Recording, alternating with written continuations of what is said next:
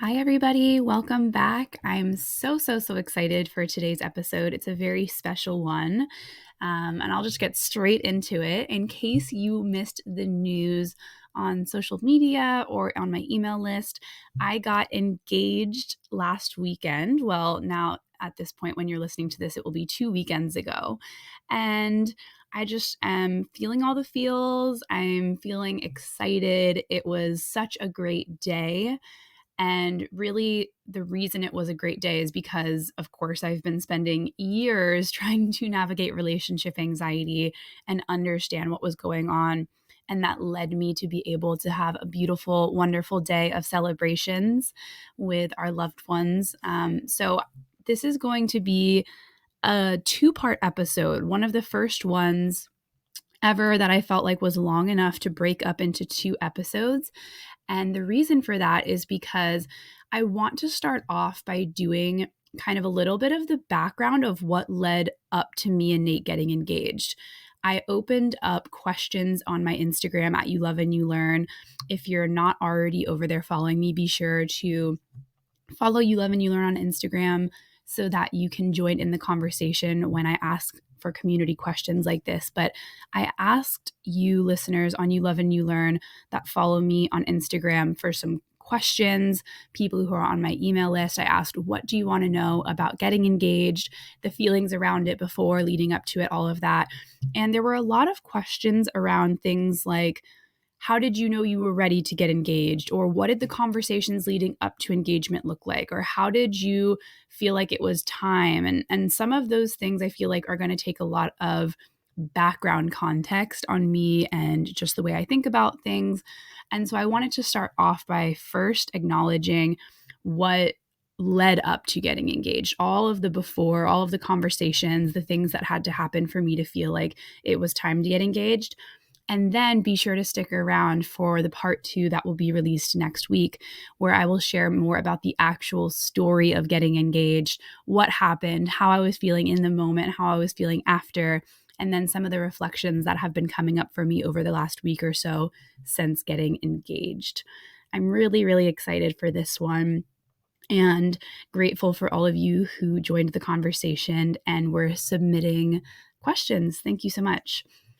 So before we jump in too much further, I gave this disclaimer, or rather just like this note on Instagram before I shared the behind the scenes of my engagement, but I wanted to say it again here on the podcast because I want you to know that whatever your engagement looks like, it is so valid. So whether you've been engaged before and it was maybe not exactly like you expected, or you're thinking about getting engaged and you still feel some anxiety, I just want you to know that whether you have been engaged or whether you're thinking about being engaged, to know that there is no one right way to do it.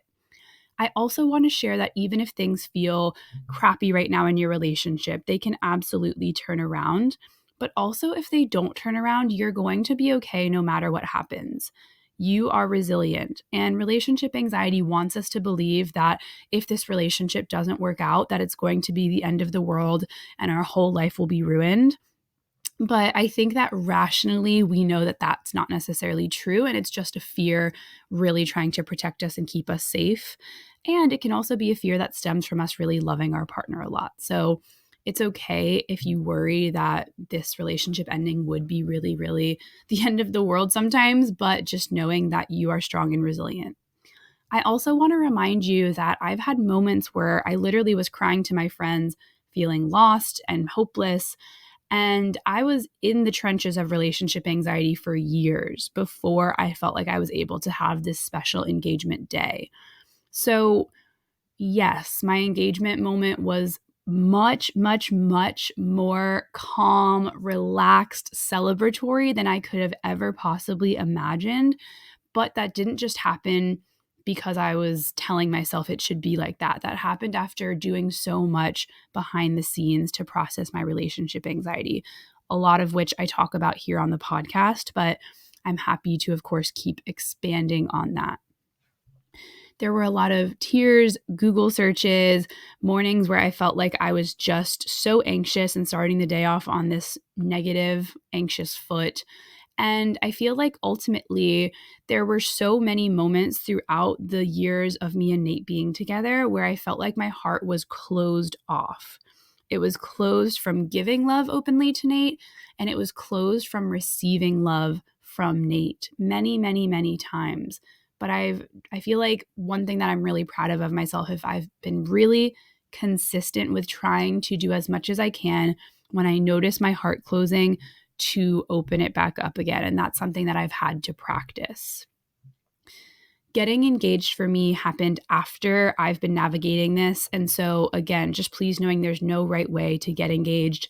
Many people don't get the chance to navigate relationship anxiety before getting engaged or married because it's so common that it can happen after getting engaged or married because there's so much pressure and it's a big transition. And so if you weren't able to do that and you're already engaged, just know that I see you and I understand that. And I've worked with many clients whose engagement triggered anxiety leading up to the wedding, which of course has a lot of pressure as well. So just know my engagement story and everything I'm sharing leading up to the engagement right now is my own. And while it's so natural to compare and feel like you need to be doing similar things as other people, it's not going to be helpful to compare your story to mine if it's making you feel badly about your story.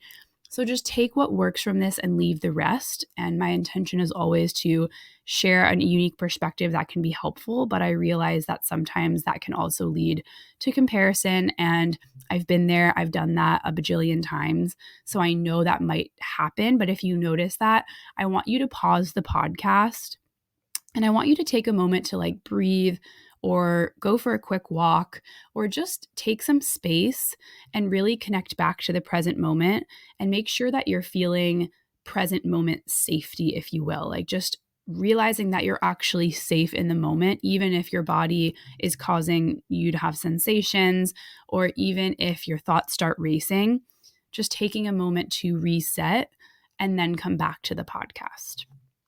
All right.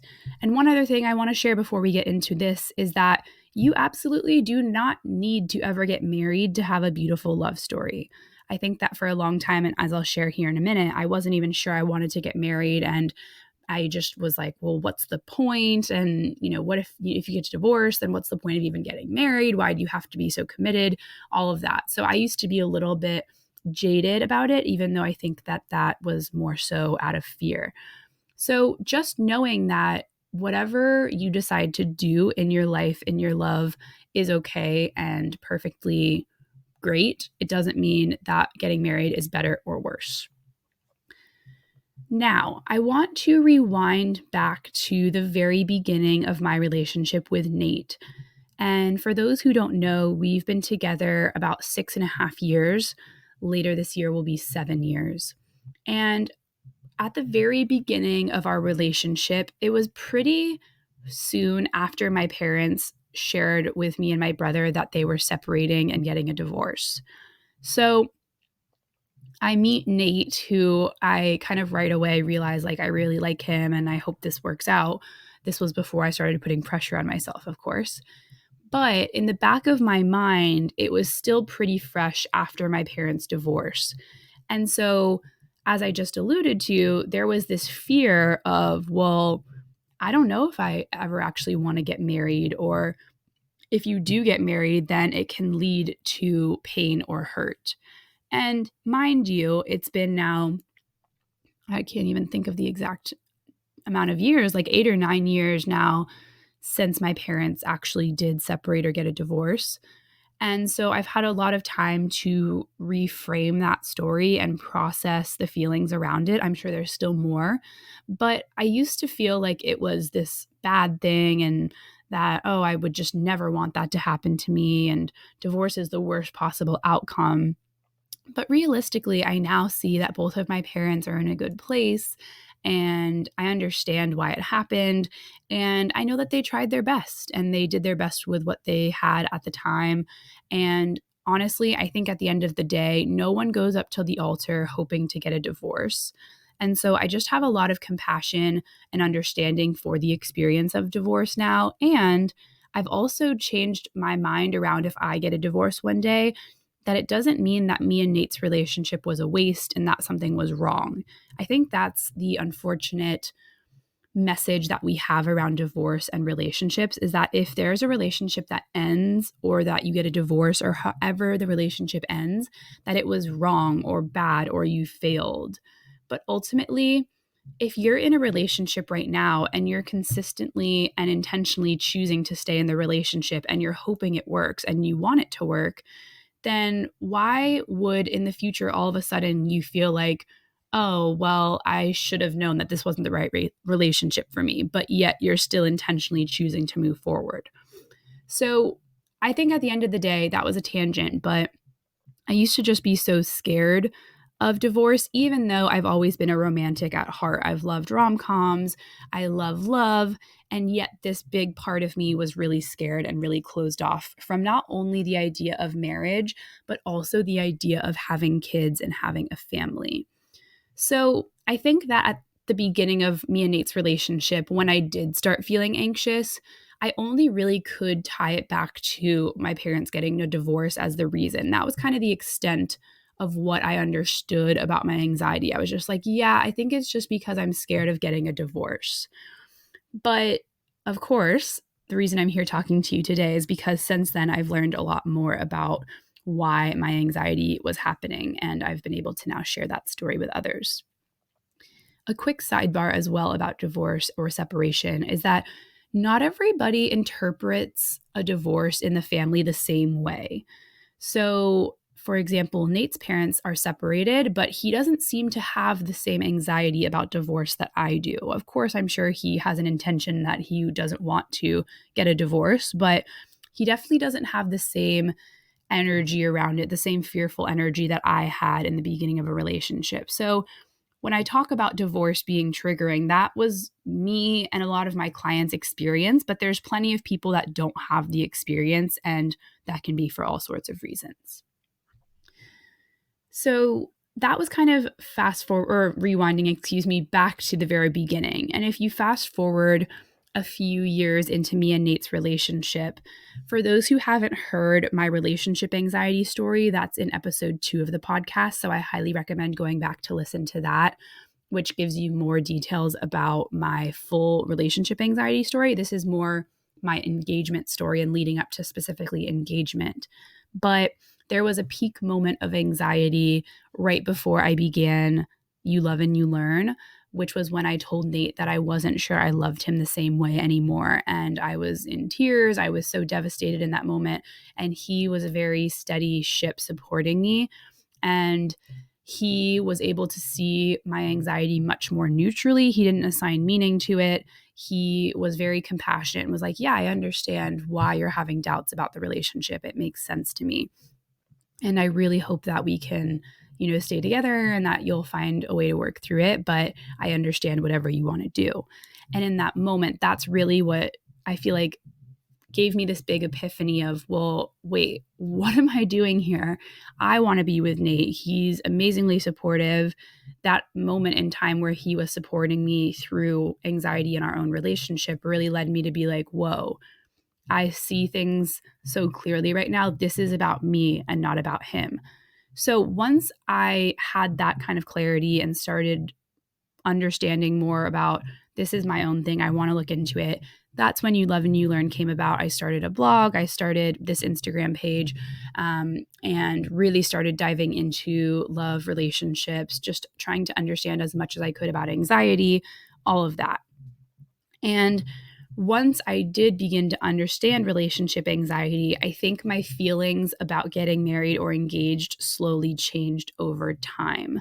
This was through understanding more about what my beliefs were about love and relationships and trying to unpack some of those. I had to change some of my beliefs around love and relationships that were not helping me. I needed to also expand on some of these topics around getting married or engaged, like till death do us part, or being 100% certain, or being together forever, or the notion of finding your one true soulmate that is the only person in the world for you. I had to really unpack what those things meant to me and what I thought about them in order to feel more open to getting engaged, because my outdated narrative was not helping me. It was making me feel anxious. It was making me feel so much pressure. And I really, really wanted to be with Nate. But then this picture perfect rom com narrative of you have to be 100% sure and you have to know with 100% certainty that you want to be together forever and that you will be together forever without a doubt in your mind, that was really causing me to feel shame and guilt and like something was really wrong. So once I began to shift some of these beliefs and not doing so from a place of trying to, what's the word I'm looking for here? I wasn't trying to convince myself to change these beliefs. It felt good when I changed these beliefs. It felt lighter. It felt helpful for me.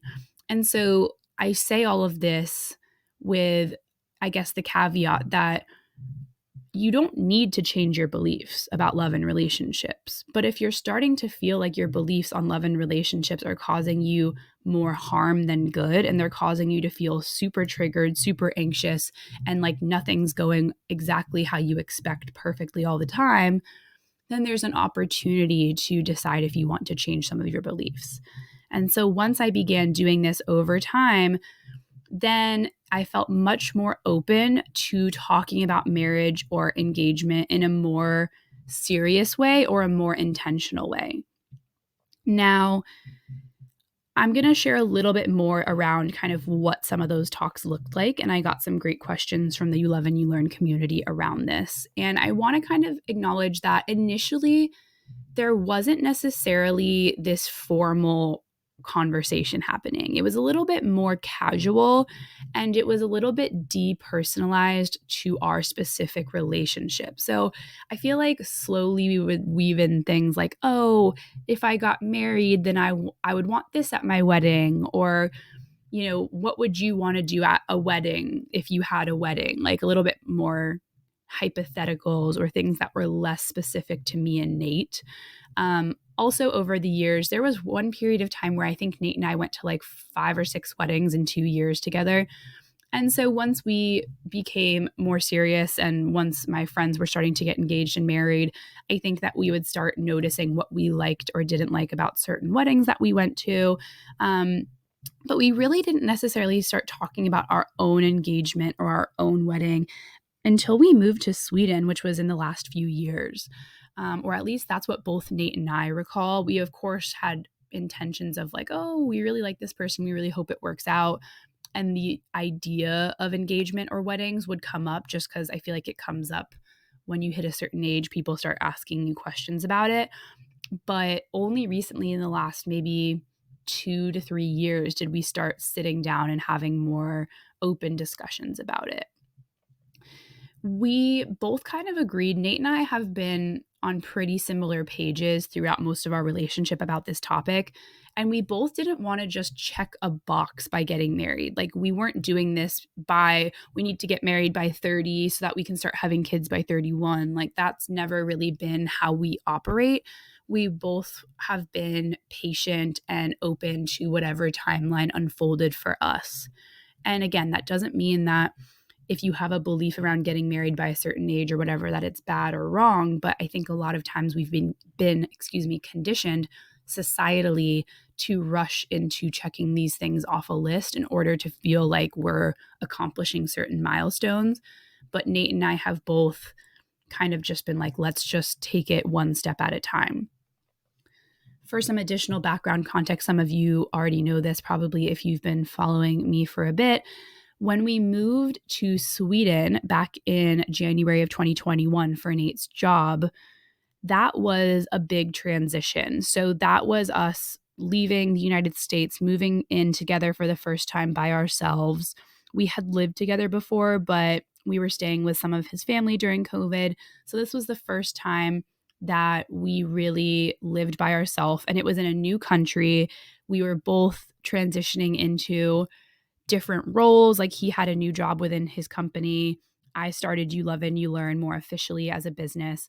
And so for a bit, that kind of took engagement and marriage talk off the table while we kind of focused on living in this new country, meeting new people, focusing on careers. But as we grew closer and as we went through our own ups and downs while being away from home and living in a new country, but also really relying on each other, I think that we got closer to the point where it was just kind of like we're already so committed to each other and we know that we work well as a team and we really trust in this relationship.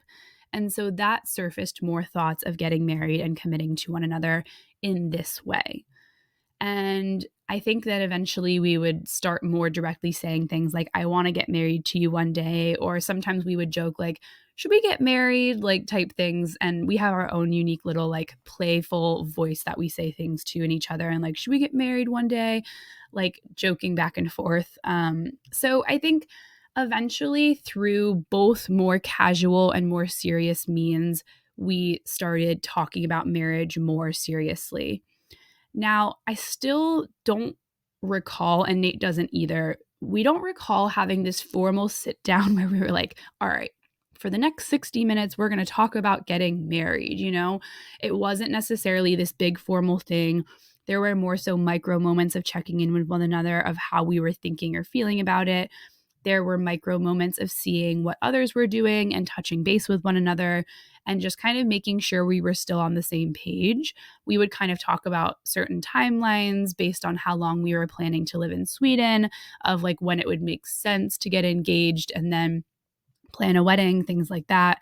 And of course, throughout me and Nate's relationship of 6.5 years now, there's been micro moments where I have been sharing my own anxiety and fears around things like divorce or things like being together forever.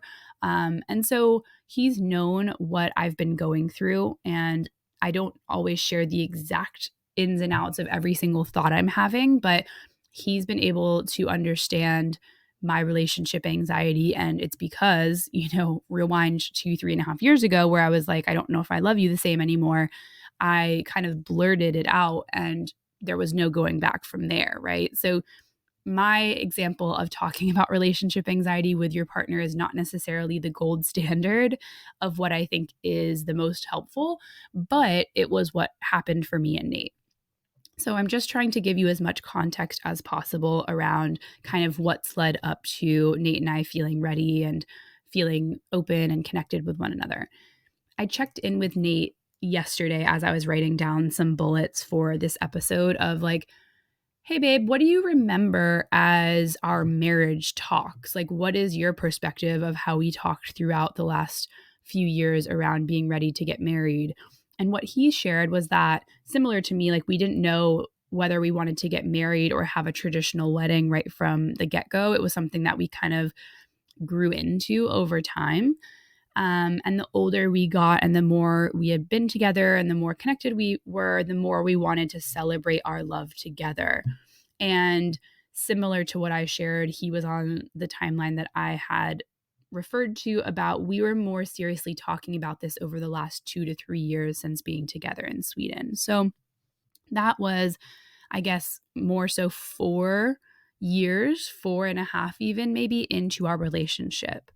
And I think that everyone's different. There's people that are engaged for less than a year and then get married. There's people that are engaged for more than Nate and I, or they're dating for less than a year before they get engaged. There's people who are dating for 7, 8, 9 years before they get engaged, and there's no one right answer. And so later I'll talk a little bit more about like how to know when it's comfortable for you. A question that I got from my You Love and You Learn community was I scared to talk about marriage while having ROCD and relationship anxiety? And the answer is at times, yes, but at times not. And I think that depends on how much I understood about my relationship anxiety at the time. And before I understood what relationship anxiety was, yes, I was scared to talk about these things. I was scared to bring things up to Nate. I didn't want him to feel like I was doubting the relationship. I didn't really know how to articulate my feelings about what I was even thinking or worried about in a way that felt understandable for him. And there was another follow-up questions around how to have engagement talks when you don't feel 100% certain. So Here's the thing.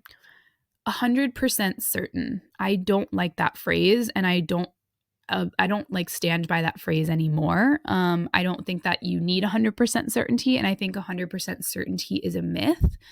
Like, who really has 100% certainty beyond the present moment of what's going to happen, right? So instead of certainty, I like the word confidence, but I don't think that 100% confidence is what we should be aiming for in order to move forward with something.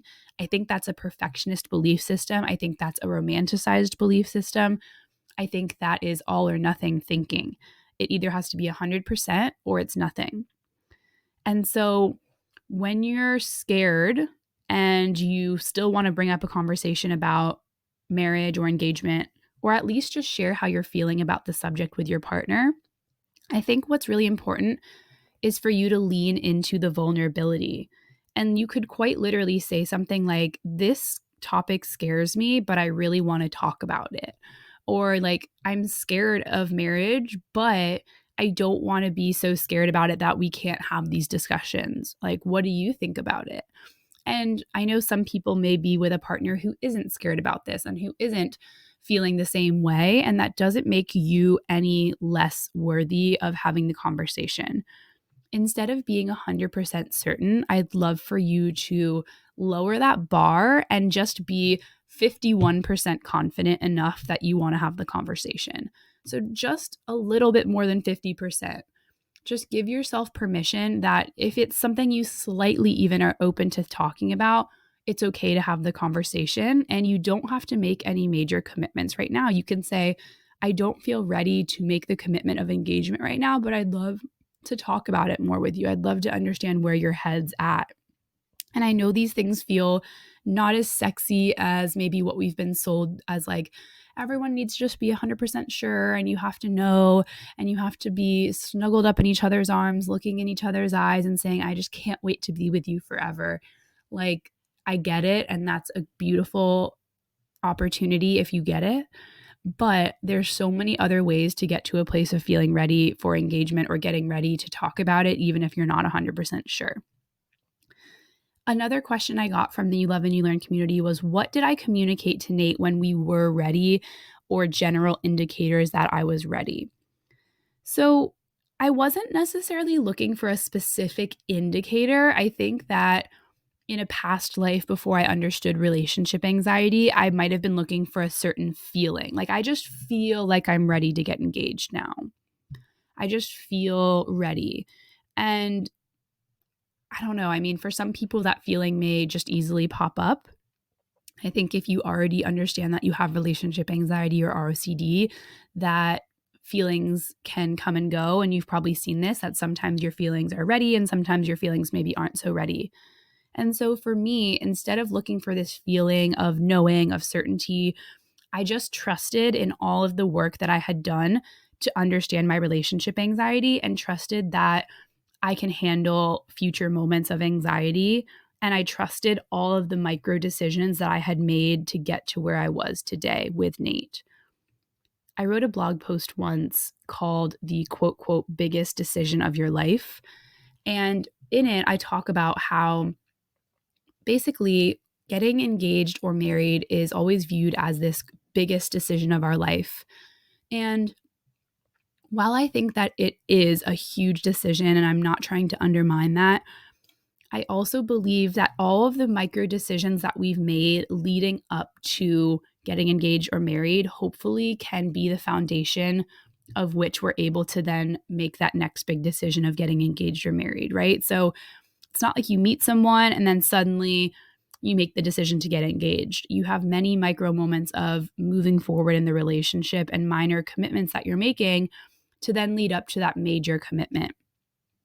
And so for me, there wasn't, again, this like light switch of like, "Oh, now I'm ready." It was more just, I've been slowly, intentionally choosing this relationship and working to love Nate better and love myself better and grow in the relationship now. And I just know that there's never going to be a perfect moment, but I had made peace already with my anxiety. I had like done the work to explore our compatibility. I had tried to understand what my core fears were in the relationship and how to soothe those fears when they showed up. I practiced being really compassionate with myself and with Nate. There were so many things that I did along the way. And I talk about a lot of these things in my course, Deconstruct the Doubts. It was really one of the, like, all of this information in Deconstruct the Doubts is what has over time been the foundation that helped me understand how to move forward in my relationship with Nate and be more committed to him. So that is a great starting place, Deconstruct the Doubts, to navigating relationship anxiety and understanding what's going on in those moments.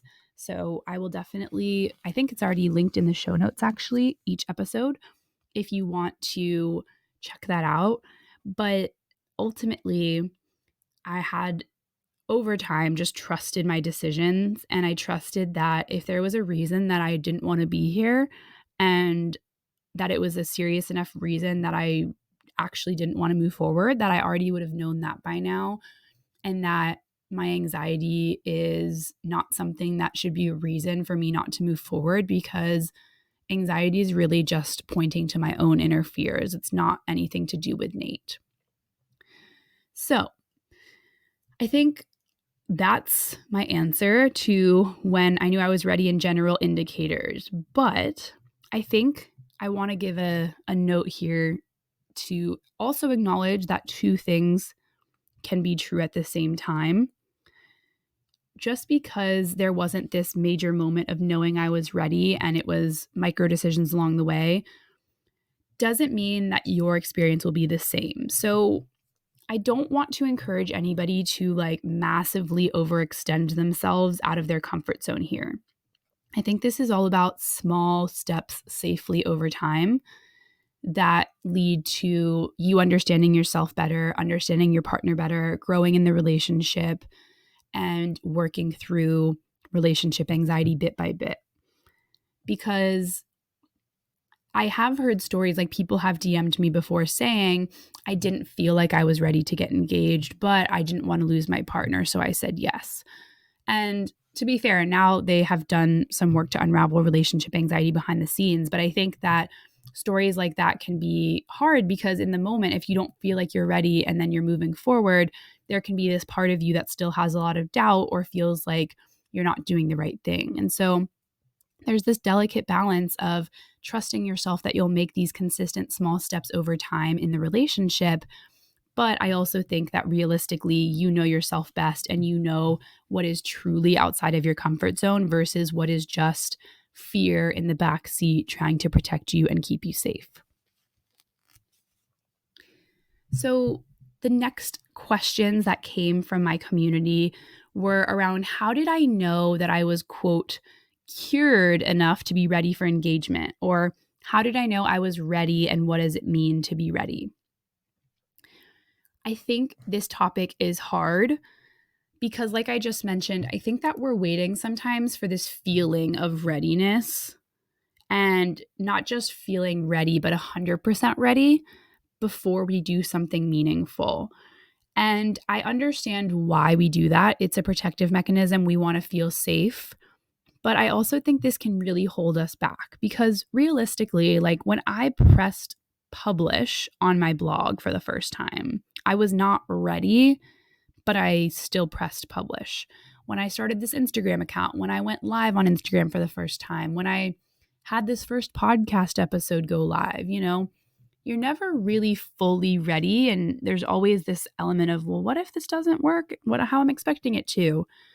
So, especially if you're someone that tends to, you know, overthink things or have a hard time making decisions or have a hard time moving forward with things, or even if just in love and in relationships that's been a pattern for you, then I think that this waiting to be cured or waiting to be ready, I just want you to check in with yourself and see if that feels like the goalpost is always moving farther and farther away before you feel like you'll let yourself move forward.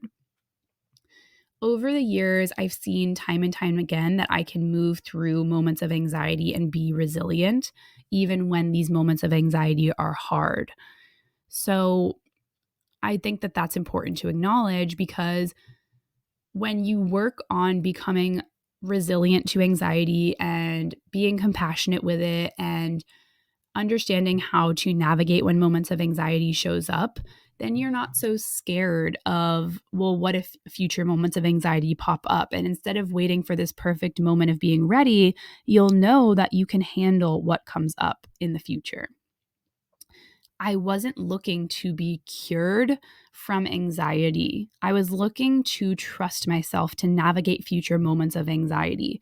And I think that's a really big difference, because if you're trying to be fully ready or fully cured, then any sign of potentially not being that way will cause you to hold back and say, well, this can't work. Whereas I knew that relationship anxiety, albeit very small now in my life, but relationship anxiety still pops up sometimes in my life.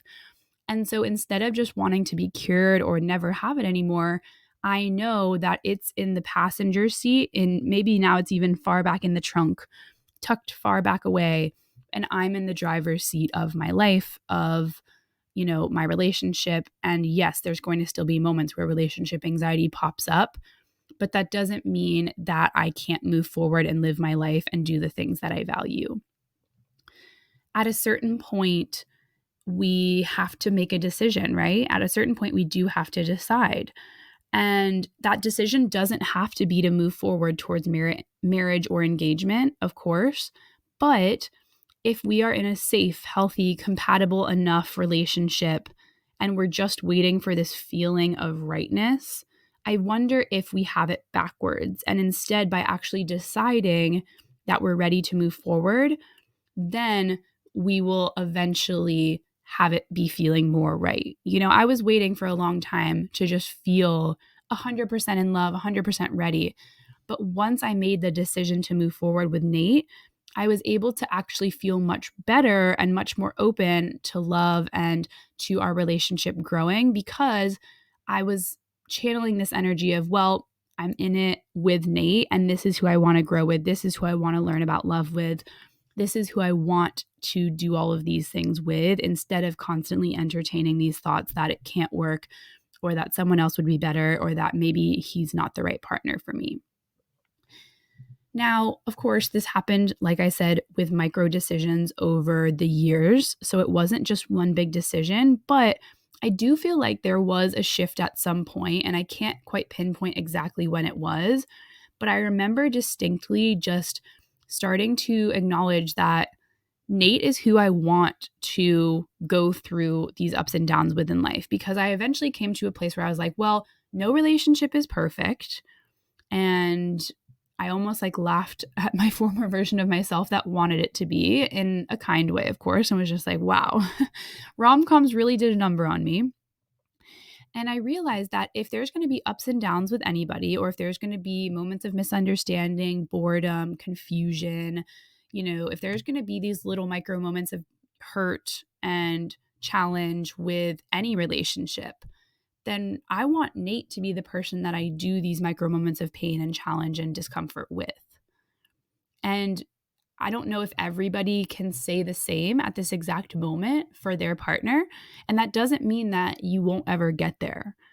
But after years and years of seeing that we could get back to a place of love and support and connection, even when things felt disconnected or painful, I realized, okay, this is probably going to keep happening for the rest of our lives, where we'll have these ups and downs, and yet we can still get back to a place of love and support and connection.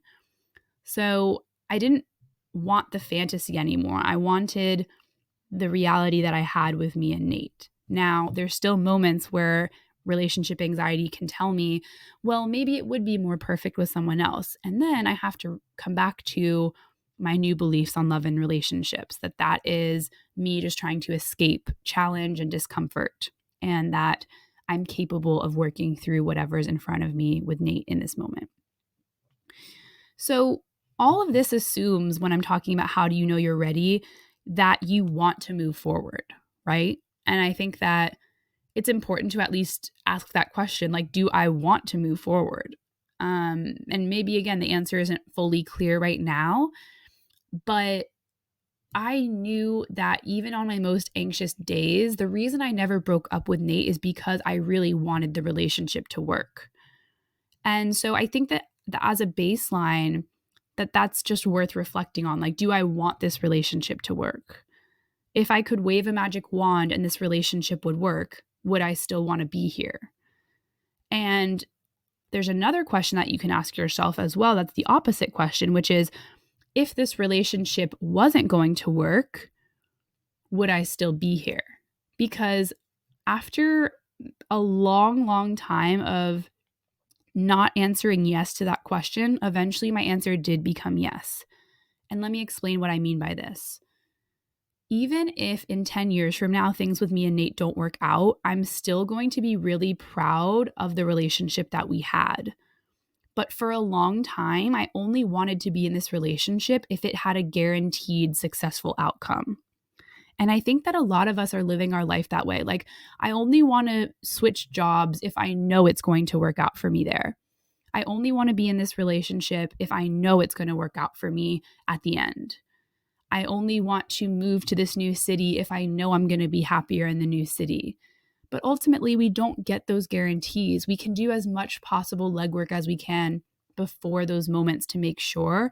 And we can build up tools and practices internally and in community and in our relationships to make sure that things are working and that we're navigating them as best as possible.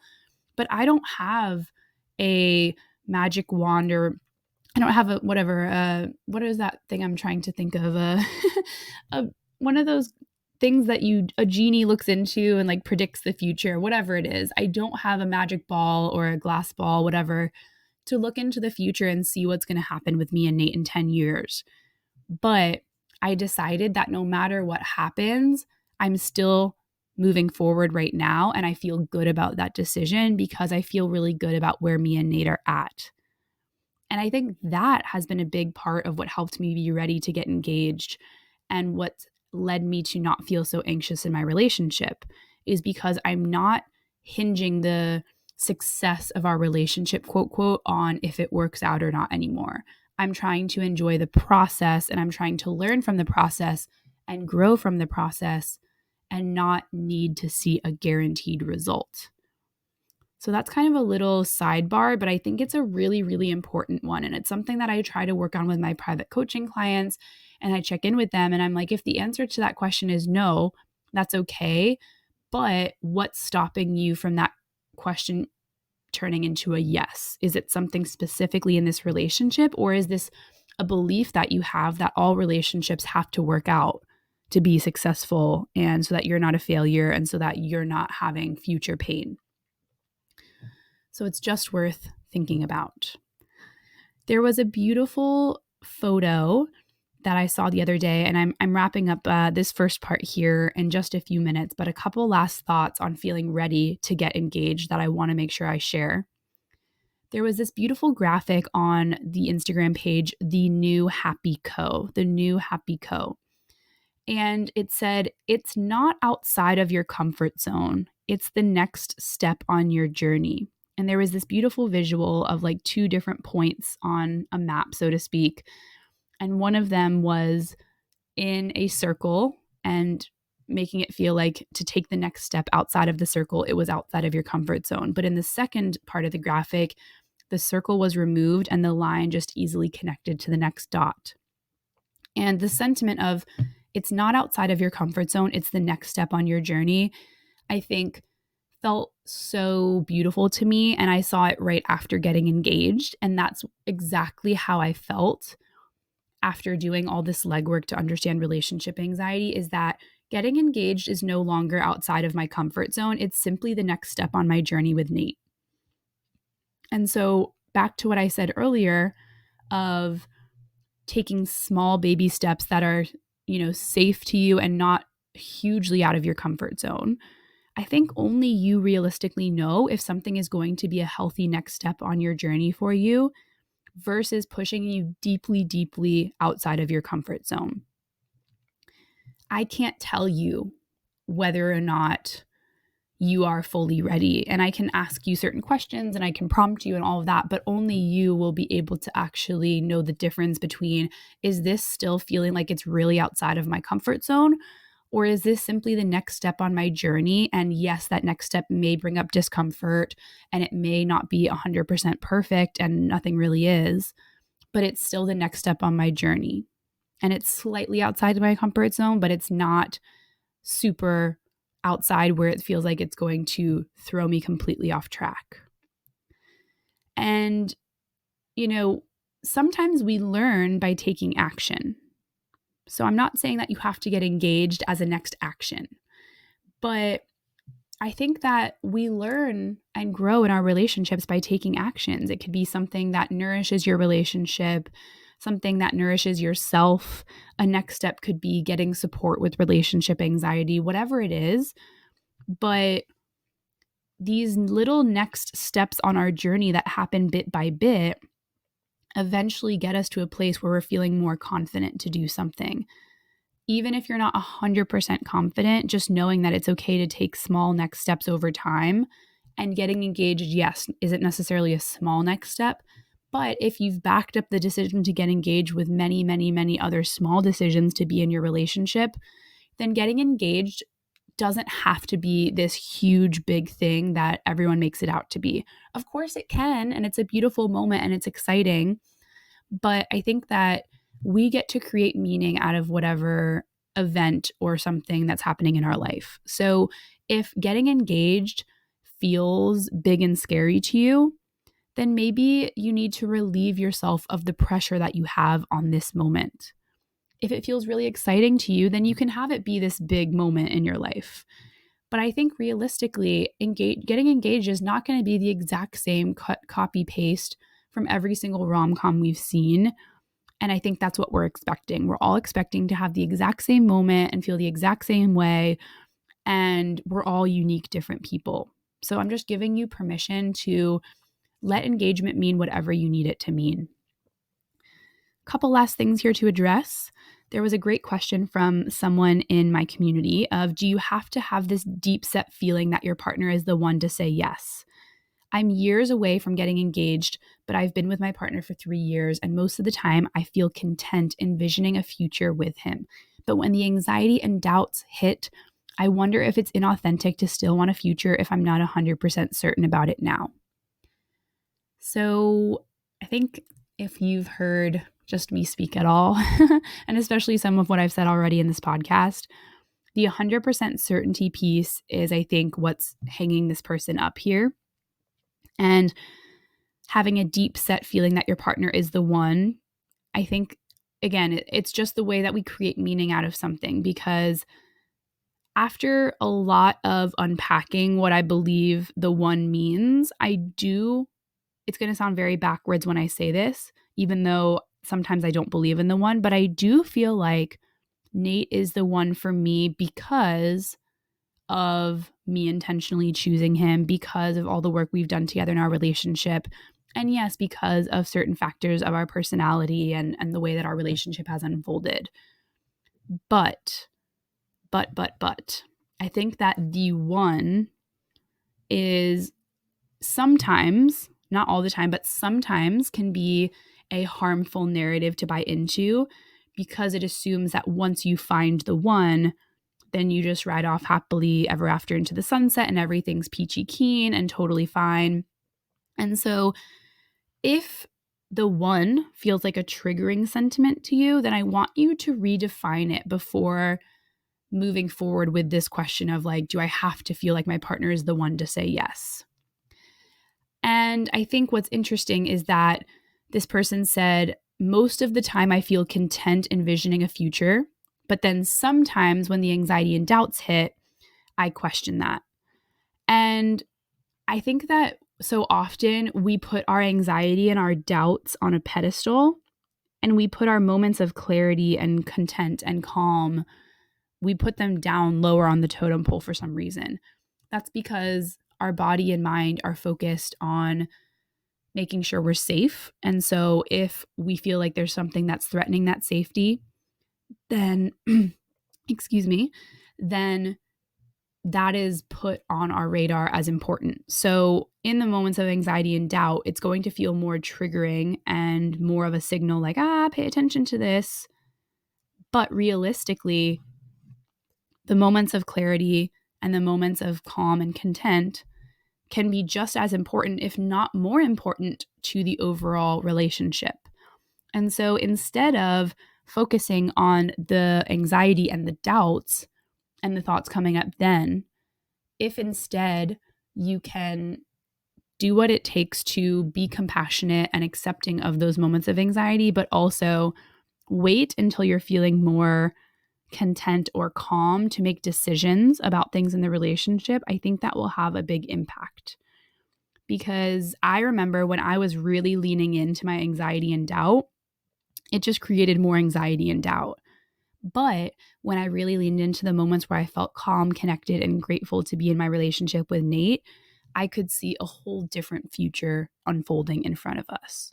So I hope that makes sense. I think that this is a question that I could share so much more detail around, but I wanted to address it. The last thing I want to talk about in this pre-engagement discussion is Nate and I decided to go look at rings together as a couple. And I want to talk about that experience a little bit because I think it's not something that I hear talked about that often outside of my friend group. And maybe it's just because I don't talk about specific stuff like this with that many people outside of my friend group. But I think that there's this, romantic notion of I want to just be completely surprised by the ring and my partner should know exactly what ring I want. Just if they know me, they should know what ring I want and they should be able to pick it perfectly, all these things. And I see the romantic side of this and I'm like, I think that's beautiful. And if that's someone's experience, then I love it for you. I don't want to poo-poo that at all. There's no right way to look at rings necessarily. But a couple of my friends had gone ring shopping with their partners or ring shopping on their own and then telling their partner the exact style of ring they liked. And I thought there was a lot of great reasons to consider it for myself. I really wanted to see what types of rings looked good on my finger. I had an idea of what I wanted, but I hadn't necessarily seen it on my finger before. And this is a ring that I will, in theory, be wearing for a very long time. And while yes, it is in some ways Nate's idea to propose to me or like his gesture of proposing to me, this is my ring that I'm going to wear. And so I think it's important that I had a say in it, at least for me personally. And if I'm looking down at my finger every single day, I want to feel like, oh my gosh, I am so in love with this ring, right? So I think that it's completely normal and fine if you want to have a say in what your ring looks like. I think it should be normalized to do whatever you feel comfortable with. And this past December, so now 6-ish months ago, Nate and I had already talked about at this point getting engaged, like I shared more about. We knew that we were going to get engaged, and we decided while we were home for the holidays, we wanted to check out a couple different ring shops. And I thought that, the experience was great, but I also think that it's just funny because looking at rings was fun, but also not exactly the moment I had maybe fantasized about. I think that it's so common to romanticize certain moments as needing to be perfect or else they are somehow terrible. And it's just like we can get into all or nothing thinking. And, I had envisioned like this whole, it's just funny. Like you envision being so dressed up, having champagne and like just being giddy and giggly and all these things. And Nate and I were on the way to drive somewhere later that day. And for both times, like I was the one driving that day. So I didn't want to drink any champagne. We had stuff to do after going to both ring shops. So it was just like one thing to do on the list that day. It wasn't the only thing we were doing. Um, and yeah, it was like great. It was an easy experience. Like after we left, we were both like, "Yee, that's exciting." But it wasn't necessarily like I was daydreaming about that moment after ring shopping for the next 6 months. You know what I mean? So I just think that that type of insight is helpful for some people to hear, because I think that there can be this notion that the whole experience leading up to the engagement has to be like this dreamy, perfect romantic thing. And for us, the ring shopping was, yes, fun, but also a little bit practical too. And before we ended up coming back to Sweden at the beginning of the year after the holidays, Nate did decide to talk to both of my parents and just give them the heads up, and just kind of mention that he was planning to propose. And I thought that was sweet. But again, it doesn't have to happen. I guess some people could say it's a little old school. Some people say it's traditional and important to talk to the parents first, whatever. But yeah, be sure to check out part 2 next week, because I am going to share then the story of what happened on the day we got engaged. I'm going to talk about if I suspected anything leading up to the engagement, how I felt in the moment he proposed. I'm going to talk about how I felt immediately after he proposed, how I felt in the last week or so since it happened, and then some of my post-engagement reflections, just like what I've noticed, how I'm thinking about it, and more. So be sure to check that out. And as always, if you enjoyed this episode, I'd love to hear what your takeaways were. Feel free to send me a DM on Instagram if you're enjoying the podcast and want to take a screenshot and post it on your page and tag me. That would be so appreciated. Or if you want to send this episode to a friend, maybe someone who's already gotten engaged and you knew had some fears coming up around it, or someone who is planning on getting engaged that could use this episode as a guide beforehand. Thanks again, and talk to you more in the next episode.